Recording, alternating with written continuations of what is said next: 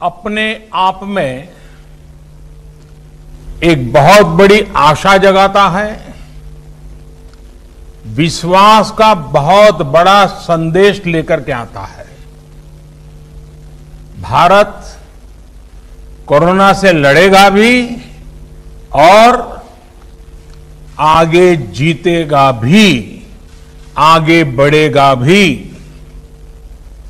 भारत इस बड़ी आपदा को आपदा समझ करके रोते बैठने के पक्ष का नहीं है। भारत आपदा कितनी ही बड़ी क्यों न हो, उसको अवसर में बदलने के लिए कृत संकल्प है और हम सब मिलकर के आपदा को अवसर में बदलेंगे। कोरोना के इस संकट ने भारत को आत्मनिर्भर भारत, सेल्फ रिलायंट होने का सबक भी दिया है। आत्मनिर्भर भारत यानी भारत इंपोर्ट पर अपनी निर्भरता कम करेगा। आत्मनिर्भर भारत यानी भारत इंपोर्ट पर खर्च होने वाली लाखों करोड़ों रुपयों की विदेशी मुद्रा बचाएगा और देश के गरीबों के कल्याण के लिए काम में लाएगा। आत्मनिर्भर भारत यानी भारत को इंपोर्ट न करना पड़े, इसके लिए वो अपने ही देश में साधन और संसाधन विकसित करने की दिशा में लगातार प्रयास करेगा, आगे बढ़ेगा। आत्मनिर्भर भारत यानी जिसे आज हम इंपोर्ट करते हैं, कल को, और ये बात मैं बहुत जिम्मेवारी के साथ आप सबके पर भरोसा होने के लिए कह रहा हूं, ये आप पर मेरा जो भरोसा है उसके लिए मैं कह रहा हूं कि आज हम जो इंपोर्ट करते हैं, कल को उसी के सबसे बड़े एक्सपोर्टर बनेंगे। साथियों, इस लक्ष्य को प्राप्त करने के लिए यह बहुत आवश्यक है कि हम एक एक सेक्टर को पकड़कर, एक एक प्रोडक्ट को पकड़कर, एक एक सर्विस का ध्यान करते हुए होलिस्टिक तरीके से काम करें। एक एक क्षेत्र को चुन करके उस क्षेत्र में भारत को आत्मनिर्भर बनाएं। आज का ये इवेंट इसी सोच को साकार करने की दिशा में एक महत्वपूर्ण इनिशिएटिव है, एक मजबूत कदम है। आज एनर्जी सेक्टर में भारत को आत्मनिर्भर बनाने के लिए, सेल्फ रिलायंट बनाने के लिए एक बहुत बड़ा कदम उठाया जा रहा है। ये कार्यक्रम सिर्फ कोल माइनिंग से जुड़े एक सेक्टर से जुड़े रिफॉर्म्स को जमीन पर उतारने का ही है, ऐसा नहीं है, बल्कि ये 130 करोड़ एस्पिरेशंस को रियलाइज करने का कमिटमेंट है। ये हमारे युवा साथियों के लिए रोजगार के लाखों अवसर तैयार करने की शुरुआत है। साथियों, सेल्फ रिलायंस के संकल्प को सिद्ध करने के लिए जब पिछले महीने आत्मनिर्भर भारत अभियान की घोषणा हुई थी तो कई लोगों को लगता था कि एक प्रकार से एक सामान्य सरकारी प्रक्रिया है, लेकिन महीने भर के भीतर ही हर घोषणा, हर रिफॉर्म्स, चाहे वो एग्रीकल्चर सेक्टर में हो, चाहे एमएसएमईज के सेक्टर में हो, या फिर अब कोल और माइनिंग के सेक्टर में हो, हर क्षेत्र में एक साथ अनेक प्रकार के कदम उठाए जा रहे हैं, निर्णय किए जा रहे हैं और निर्णयों को तेजी से जमीन पर उतारने के लिए हर कोई कोशिश कर रहा है। ये दिखाता है कि भारत इस क्राइसिस को अपॉर्चुनिटी में बदलने के लिए कितना गंभीर है, कितना कमिटेड है। आज हम सिर्फ कॉमर्शियल कोल माइनिंग के लिए ऑक्शन ही लॉन्च नहीं कर रहे हैं, बल्कि कोल सेक्टर को दशकों के लॉकडाउन से भी बाहर निकाल रहे हैं। कोल सेक्टर के लॉकडाउन का क्या प्रभाव रहा है, ये मुझसे भी ज्यादा आप सब लोग बेहतर तरीके से जानते हैं। सोचिए, जो देश कोल रिजर्व के हिसाब से दुनिया का चौथा सबसे बड़ा देश हो, जो दुनिया का दूसरा सबसे बड़ा प्रोड्यूसर हो, वो देश कोल का एक्सपोर्ट नहीं कर रहा है, बल्कि हमारा देश दुनिया का दूसरा सबसे बड़ा कोल इंपोर्टर है, कोल आयात करता है। बड़ा सवाल ये है कि जब हम दुनिया के लार्जेस्ट प्रोड्यूसर हैं,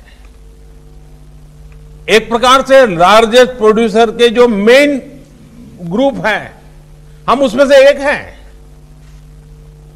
अगर ये सच्चाई है तो हम लार्जेस्ट एक्सपोर्टर क्यों नहीं हो सकते? और ये हम सबको अपने आप को पूछना है। और यही सवाल मेरे आप सभी को और करोड़ों भारतीयों के मन में भी हमेशा उठता रहा है। साथियों, हमारे यहां दशकों से यही स्थिति चल रही थी। देश के कोल सेक्टर को कैप्टिव और नॉन कैप्टिव के जाल में उलझाकर रखा गया था। इसको कंपटीशन से बाहर रखा गया था। ट्रांसपेरेंसी की एक बहुत बड़ी समस्या बार बार सामने आई है। ईमानदारी से ऑक्शन को छोड़िए, कोयला खदानों के अलॉटमेंट में बड़े बड़े घोटालों की चर्चा हर किसी ने सुनी है, हर समय हुई है, हर कोने में हुई है। इस वजह से देश के कोल सेक्टर में इन्वेस्टमेंट भी कम होता था और उसकी एफिशिएंसी भी हमेशा सवालों के घेरे में रहती थी। कोयला निकलता किसी राज्य में था, जाता सैकड़ों किलोमीटर दूर किसी अन्य राज्य के पावर प्लांट के लिए होता था। जबकि वे राज्य के पावर प्लांट्स कोयले का इंतजार करे रह जाते थे। यानी काफी कुछ मिसमैनेज था, अस्त व्यस्त था। साथियों, साल 2014 के बाद स्थिति को बदलने के लिए एक के बाद एक कई कदम उठाए गए। जिस कोल लिंकेज की बात कोई सोच नहीं सकता था, वो हमने करके दिखाया। ऐसे कदमों के कारण कोल सेक्टर को मजबूती भी मिली। आज बड़े बड़े रिफॉर्म्स को एब्सॉर्ब करने की ताकत उसके अंदर आ रही है।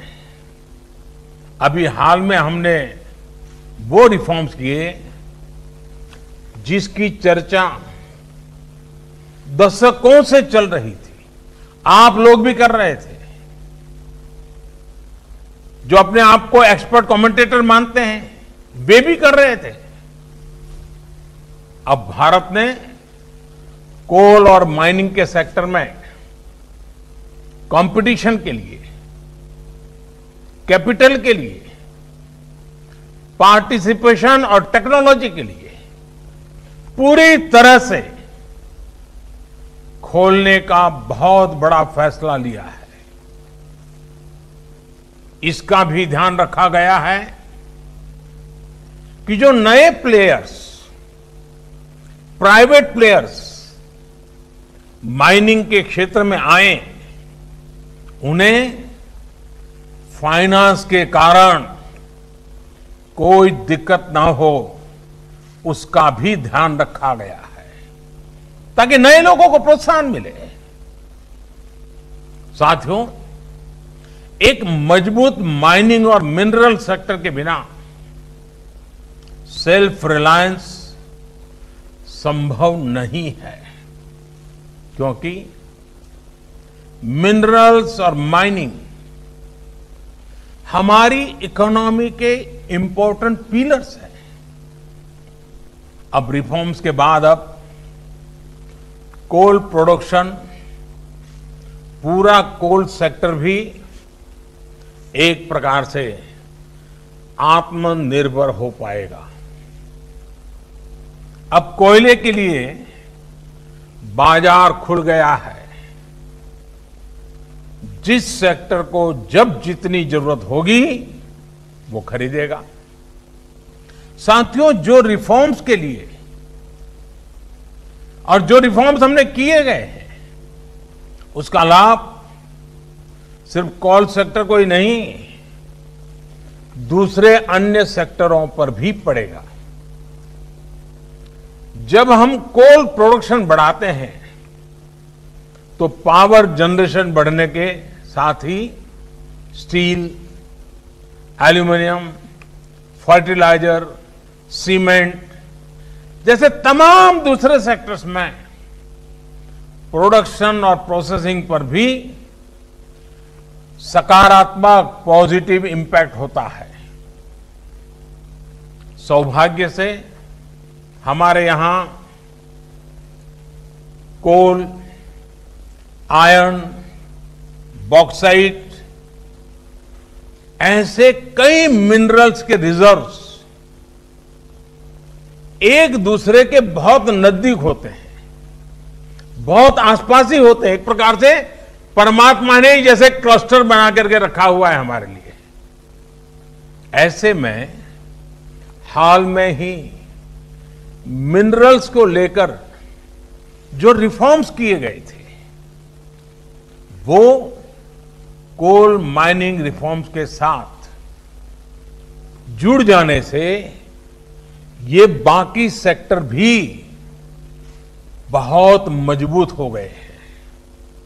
साथियों, कॉमर्शियल कोल माइनिंग के लिए आज जो ऑक्शन की शुरुआत हो रही है, वो हर स्टेक होल्डर्स के लिए विन विन सिचुएशन है। इंडस्ट्रीज को, आपको अपने बिजनेस, अपने इन्वेस्टमेंट के लिए हम नए रिसोर्सेज मिलेंगे, नया मार्केट मिलेगा। इसके साथ ही राज्य सरकारों को बेहतर रेवेन्यू मिलेगा। देश की एक बड़ी आबादी को रोजगार मिलेगा। एक प्रकार से गरीबों की सेवा का काम कोयले से भी हो सकता है, इसका विश्वास पैदा होगा। यानी हर सेक्टर पर एक पॉजिटिव असर देखने को मिलेगा। और मैं जो फील कर रहा हूं, इसके कारण हमारे देश के गरीब इलाकों के और गरीब लोगों के सबसे ज्यादा आशीर्वाद हम सबको मिलने वाले हैं। साथियों, कोल रिफॉर्म्स करते समय इस बात का भी ध्यान रखा गया है कि एनवायरनमेंट की रक्षा का भारत का कमिटमेंट कहीं से भी कमजोर न पड़े। कोल से गैस बनाने के लिए अब बेहतर और आधुनिक टेक्नोलॉजी का हम प्रयोग करना चाहेंगे और टेक्नोलॉजी आ पाएगी। कोल गैसिफिकेशन जैसे कदमों से एनवायरनमेंट की भी रक्षा होगी। कोयले से बनने वाली गैस का उपयोग ट्रांसपोर्ट और कुकिंग के लिए हो पाएगा। यूरिया और स्टील मैन्युफैक्चरिंग से जुड़े उद्योगों को प्रमोट करेगा। हमने लक्ष्य रखा है कि साल 2030 तक, 2030 तक, यानी कि इस दशक में करीब 100 मिलियन टन कोल को गैसिफाई किया जाए। मुझे बताया गया है कि इसके लिए 4 प्रोजेक्ट्स की पहचान हो चुकी है और इन पर करीब करीब 20,000 करोड़ रुपए इन्वेस्ट किए जाएंगे। साथियों, कोल सेक्टर से जुड़े ये रिफॉर्म्स ईस्टर्न और सेंट्रल इंडिया को, विशेषकर हमारी ट्राइबल बेल्ट को डेवलपमेंट का पिलर बनाने का भी एक बहुत बड़ा जरिया है। हमारे यहां जहां कोयला है, जहां मिनरल्स है, देश का वो हिस्सा प्रोग्रेस और प्रॉस्पेरिटी के मामले में उस स्तर पर नहीं पहुंच पाया है। देश का ये वो हिस्सा रहा है जहां बड़ी संख्या में एस्पिरेशनल डिस्ट्रिक्ट भी हैं। वो जिले जहां के लोग विकास के लिए एस्पायर कर रहे हैं, लालायित है, कर गुजरने का इरादा रखते हैं, सामर्थ्य है, शक्ति है, समझ है, सब कुछ है, लेकिन यही जिले विकास की दौड़ में बहुत पीछे रह गए हैं। आप कल्पना कर सकते हैं, देश में 16 एस्पिरेशनल डिस्ट्रिक्ट्स ऐसे हैं जहां कोयले के बड़े बड़े भंडार है, लेकिन इनका लाभ वहां के लोगों को उतना नहीं हुआ जितना होना चाहिए था। वहां के गरीबों का जितना भला होना चाहिए था वो नहीं हुआ। यहां से बड़ी संख्या में हमारे साथी दूर दूर अपने बूढ़े मां बाप को छोड़ करके, अपने खेत खलिहान को छोड़ करके, अपने यार दोस्तों को छोड़ करके बड़े शहरों में रोजगार के लिए, एम्प्लॉयमेंट के लिए माइग्रेशन करते हैं। ऐसी अनेक समस्याओं को कम करने और पूर्वी भारत और मध्य भारत की एक बड़ी आबादी को रूरल इकोनॉमी भी अपनी स्पीड पकड़ना शुरू कर रही है। इस बार खरीफ क्रॉप का एरिया पिछले साल के मुकाबले 13% से ज्यादा है। इस वर्ष गेहूं का प्रोडक्शन और प्रोक्योरमेंट दोनों बढ़ा है। पिछले साल के मुकाबले अभी तक गेहूं का 11% से ज्यादा प्रोक्योरमेंट किया जा चुका है। मतलब ये कि किसानों की जेब में भी इस बार ज्यादा पैसा पहुंचा है। ये जितने भी इंडिकेटर्स हैं, मैंने बहुत ज्यादा समय लिया नहीं, कुछ कम गिनाए हैं। ये जितने भी इंडिकेटर्स हैं वो दिखा रहे हैं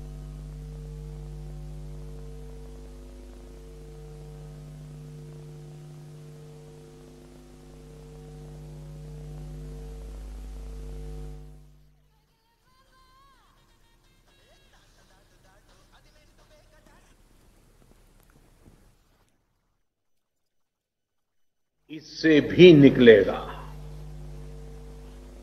हम भारतवासी अगर करोड़ों कंज्यूमर हैं तो ये न भूलें कि हम भारतवासी करोड़ों प्रोड्यूसर भी हैं। भारत की सक्सेस, भारत की ग्रोथ निश्चित है। हम आत्मनिर्भर बन सकते हैं। आप याद करिए, सिर्फ कुछ सप्ताह पहले तक हम N95 मास्क, कोरोना की testing kit, personal protective equipment PPE, ventilator, अपनी जरूरत का ज्यादातर हिस्सा हम बाहर से मंगाते थे। अब भारत अपनी डिमांड को मेक इन इंडिया से पूरी कर रहा है। इतना ही नहीं, बहुत जल्द हम मेरी तरफ से बहुत बहुत शुभकामनाएं हैं। मैं विशेष रूप से मंत्रिपरिषद के मेरे साथी प्रहलाद जोशी जी को और उनकी टीम को बहुत बधाई देना चाहता हूं, क्यों उन्होंने इस लॉकडाउन पीरियड का इतना उपयोग किया, पूरे डिपार्टमेंट के हर बारीकियों का अध्ययन किया, देश के लिए नया क्या कर सकते हैं, नए तरीके से क्या कर सकते हैं, उन्होंने एक बहुत बड़ी लीडरशिप दी है। मैं प्रहलाद जी को, उनके सचिव और उनकी टीम को आज बहुत बधाई देना चाहता हूं। आपको लगता होगा कि आप एक छोटा सा कार्यक्रम कर रहे हैं। प्रहलाद जी, मुझे नहीं लग रहा है, मैं तो देख रहा हूं कि आप आत्मनिर्भर भारत के लिए एक मजबूत नींव आज डाल रहे हो, और इसलिए और आपकी टीम बहुत बधाई के पात्र है। उद्योग जगत के जो साथी आज यहां मौजूद है, उनको मैं फिर से एक बार विश्वास दिलाना चाहता हूं, मैं आपके साथ हूं। देश हित के हर काम में आप 2 कदम चलिए, मैं 4 कदम चलने के लिए आपके साथ हूं। आइए हम मिलकर के इस अवसर को जाने न दें। फिर एक बार आप सबको बहुत बहुत शुभकामनाएं, बहुत बहुत धन्यवाद।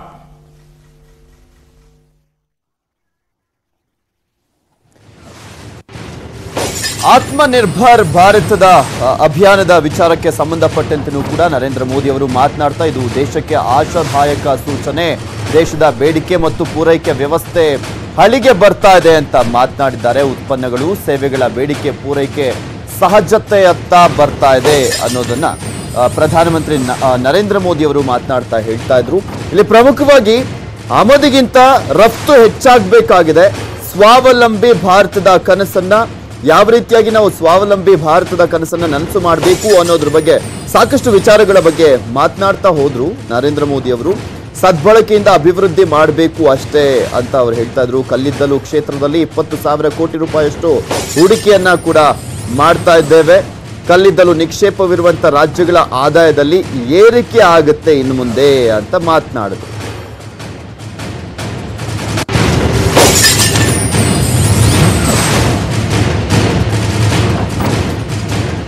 ಪ್ರಧಾನಿ ನರೇಂದ್ರ ಮೋದಿ ಅವರು ಇವತ್ತು ಭಾಷಣವನ್ನ ಮಾಡಿದ್ರು. ದೇಶದ ಬೇಡಿಕೆ ಮತ್ತು ಪೂರೈಕೆ ವ್ಯವಸ್ಥೆ ಹಳಿಗೆ ಬರ್ತಾ ಇದೆ. ಕೊರೋನಾದ ಸಂದರ್ಭದಲ್ಲಿ ಸಂಕಷ್ಟಕ್ಕೆ ಸಿಲುಕಿತ್ತು, ಈಗ ಹಳಿಗೆ ಬರ್ತಾ ಇದೆ. ಉತ್ಪನ್ನಗಳು ಸೇವೆಗಳ ಬೇಡಿಕೆನೂ ಕೂಡ ಈಗ ಜಾಸ್ತಿ ಆಗ್ತಾ ಇದೆ. ದೇಶ ನಿಧಾನವಾಗಿ ಕೊರೋನಾ ಎಫೆಕ್ಟ್ನಿಂದಾಗಿ ಹೊರ ಬರ್ತಾ ಇದೆ ಅನ್ನೋದ್ರ ಬಗ್ಗೆ ಹೇಳ್ತಾ ಹೋದ್ರು.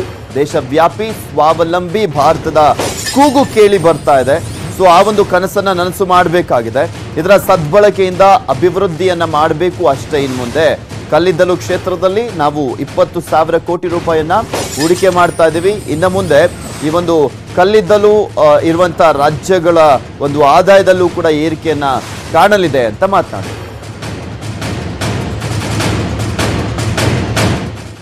ಮತ್ತಷ್ಟು ಅಪ್ಡೇಟ್ಸ್ ಅನ್ನ ನೀಡ್ತೀವಿ, ಆದ್ರೆ ಅದಕ್ಕೂ ಮುಂಚೆ ಒಂದು ಸ್ಮಾಲ್ ಬ್ರೇಕ್.